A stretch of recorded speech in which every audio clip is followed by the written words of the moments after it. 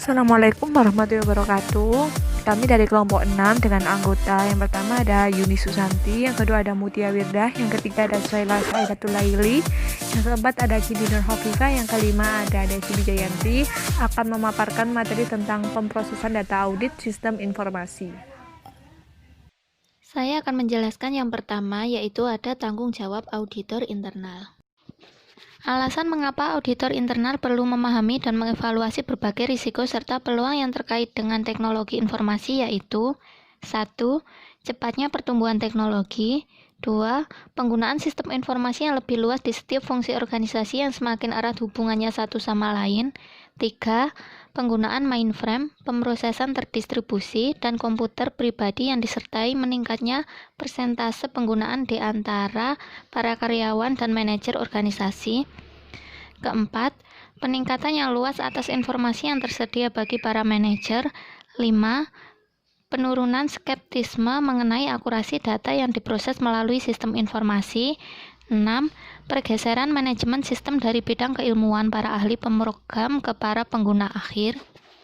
7. Peningkatan pengetahuan akan sistem informasi dalam masyarakat umum mengarah pada semakin tersebar luasnya kemampuan untuk menangani data. 8. Peningkatan penggunaan Local Area Network atau LAN dan lingkungan komputasi yang terdistribusi. 9. Peningkatan penggunaan basis data personal. Dan ke-10, peningkatan penggunaan sistem perusahaan secara keseluruhan. Berbagai fungsi pemrosesan data yang umum, kontrolnya, serta tanggung jawab audit internal dibagi menjadi dua bagian, yaitu yang pertama ada kontrol umum, mencakup kontrol lingkungan yang umum untuk semua sistem informasi dalam organisasi, dan yang kedua ada kontrol aplikasi, diterapkan untuk aplikasi bisnis tertentu. Komponen sistem informasi. Sistem informasi merupakan suatu sistem yang menyediakan informasi untuk pengambilan keputusan dan untuk menjalankan operasional perusahaan, di mana sistem tersebut merupakan kombinasi dari orang-orang, teknologi, dan prosedur yang terorganisasi. Sistem informasi dapat dibagi ke dalam piranti keras dan piranti lunak.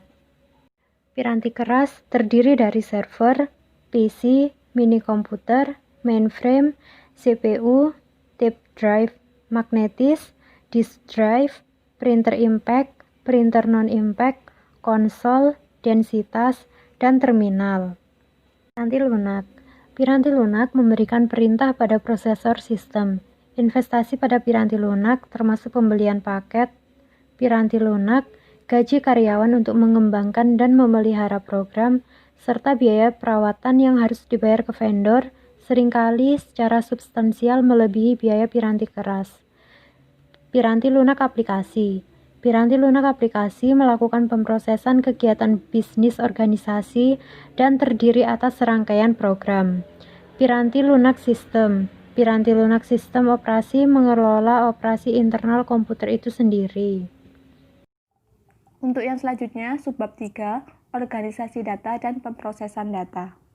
Yang pertama ada pemrosesan secara batch atau secara bertahap.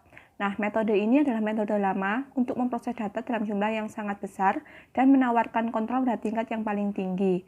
Yang kedua ada entry online, yaitu aplikasi Memo Pos yang menyiapkan entry, permintaan, dan edit data secara online, tetapi memperbarui arsip utama dengan pemrosesan secara bertahap. Yang ketiga ada online real time, yaitu aplikasi yang dijalankan secara online real time, memperbarui arsip sistem segera setelah data dimasukkan ke dalam terminal. Hasilnya, data tersebut selalu merupakan data terbaru. Subbab 4, kontrol sistem informasi.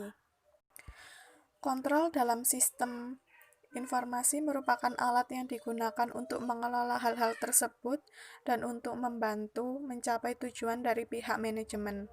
Alat ini berbeda dari alat yang digunakan dalam lingkungan manual karena sumber data terkadang independen dari pengguna data. Jejak transaksi dari input ke output jarang tampak oleh mata manusia. Adanya kebutuhan atas kejelasan jika tidak terdapat pertimbangan manusia. Dokumentasi harus akurat dan dapat digunakan. Tanggung jawab informasi pengguna dibagi dengan fasilitas pemrosesan sistem informasi. Faktor yang menghalangi pengembangan sistem kontrol yang memadai, yaitu Poin 1, pengumpulan fakta dan evaluasi dapat saja tidak lengkap. Poin 2, kurang terdapat arah yang jelas dan sesuai. Poin 3, berbagai kesalahan dapat muncul dalam desain sistem. Poin 4, pemrograman yang tidak bertanggung jawab dapat memasukkan perintah ke dalam sistem agar dapat menyimpangkan aktiva demi kepentingan sendiri. Poin 5, pihak manajemen senior mungkin tidak melakukan tanggung jawabnya atas sistem kontrol pada tingkat dasar karena masalah tersebut terlalu teknis. Poin 6, komunikasi seringkali tidak baik di antara para karyawan bagian sistem, pengguna, dan pihak manajemen, hingga para pengguna gagal untuk mengidentifikasi kontrol mana yang dibutuhkan untuk berbagai transaksi, pemrosesan data, serta menerima output informasi. Poin 7, peran pengguna semakin meyakini apapun yang mereka temukan dalam laporan sistem tersebut hanya karena laporan tersebut berasal dari sistem informasi. Mereka tidak mempelajari secara skeptis laporan tersebut untuk melihat apakah data yang diberikan masuk akal. 5. Siklus hidup pengembangan sistem. Pada awal-awal tahun penerapannya, penggabungan sistem informasi memiliki kecenderungan gagal begitu akan digunakan. Ketidakberadaannya suatu hal adalah alasannya, yaitu keterlibatan para eksekutif dan para manajer pengguna sistem informasi. Pada tahun-tahun berikutnya, sistem telah dijelaskan oleh beberapa faktor. Fakta bahwa teknologi informasi masuk ke dalam setiap aspek bisnis dan pemerintahan telah memaksa para manajer, karyawan, dan para auditor untuk belajar tentang bagaimana cara berinteraksi dengan sistem informasi. Makin tidak jelasnya, populasi penolakan komputer telah menyikirkan banyak orang yang tidak dapat mengadaptasi lingkungan sistem informasi. Meningkatnya pengajaran komputer dalam semua tingkat proses pendidikan telah menciptakan generasi pekerja baru yang merasa nyaman dengan komputer.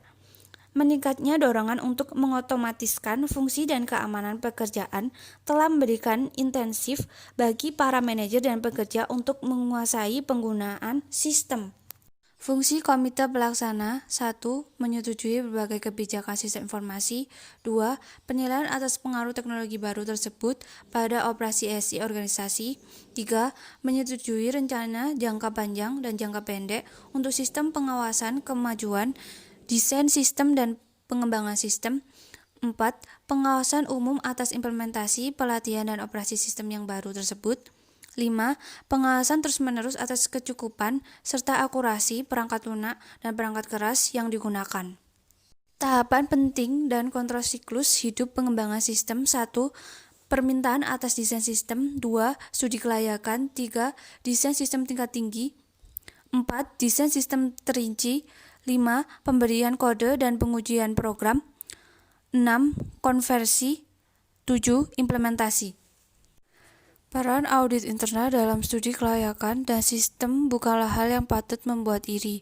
Para auditor internal harus berhubungan dengan para ahli dalam penugasan khusus.